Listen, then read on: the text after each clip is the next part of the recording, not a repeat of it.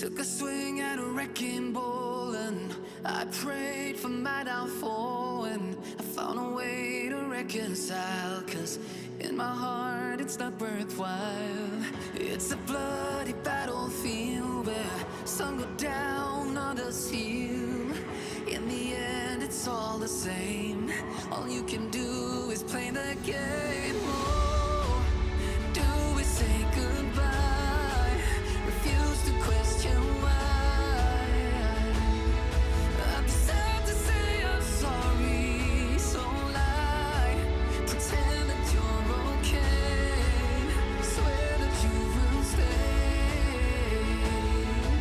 Keep trying for one day. I'm sick of all these lies. Don't care if I capsize. There's nothing left for me to hide. Don't wanna live a lie. Too many lows, too many highs. Too many things to criticize. And so I leave it all behind. Don't wanna live a lie. What is up, guys? Albatross here. We're back again with episode 4 of my Road to 700 series. This time around, we're going to be doing things a little bit different than the other episodes so far. This week has been very much about recouping silver and life skill materials, so we're not going to be focusing as much on what we've gained this week. We're going to be focusing on what we're going to be doing for the next couple months. But first things first, as always, here's what we accomplished this week. We have completed week 4 of the Barrier of Infestation questline, meaning that next episode will be up 1 more AP from completing week 5. We're also continuing to get closer and closer to our Forest Path wagon. The main limiter for this right now isn't even the dailies, it's getting the trace of memory to make the pieces of image. However, we're still getting around 1 to 2 orders every day, so we are making progress slowly but surely, but it will take a little bit longer than originally expected. We are still continuing to bank up materials for our cooking and alchemy.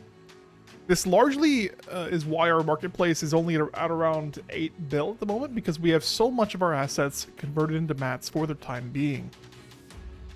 Finally, we were able to get about 6 hours total of Upper Gyfin grind with our castle buff last week.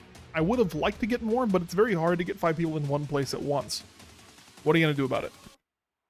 Now I'd like to talk about our current progression plan, which is as follows. We'll be going for another Tet Distortion Earring, which will net us 3 more AP, and the Barrier of Infestation questline that we talked about before will get us to the 293 bracket, which will be pretty good. Once we hit this bracket, hopefully within the next couple weeks, we're going to be pumping every bit of our resources into Kaffir stones.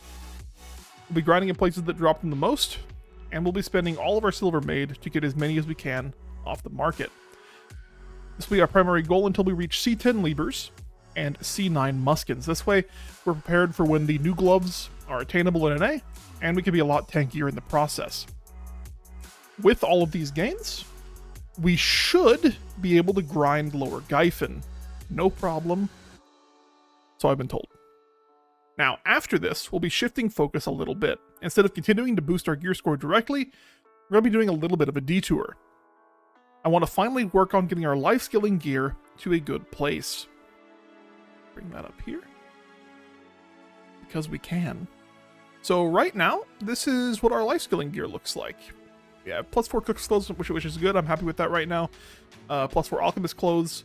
Plus try Manos gatherer's clothes, but our cook's clothes, our processing clothes, for example, are both Logia. And our gathering tools are not too great, as well as our processing stone. So, here is the plan. I want us to have at least Trimanos Butcher Knife, Trimanos Fluid Collector, and a Trimanos Processing Stone. And I'd like to try to at least get Trimanos Cook's Clothes and Processing Clothes. As well, I want to try to get all Trimanos accessories, which will be us upgrading our earrings and our rings. Now, I have heard some things about there possibly being new accessories coming with the next update, or rather next major update. So we'll have to see what that amounts to, what that's about. If so, our plans with the accessories might change, but as far as I know, nothing is confirmed, at least not that I've seen, so we'll just have to see what comes of that.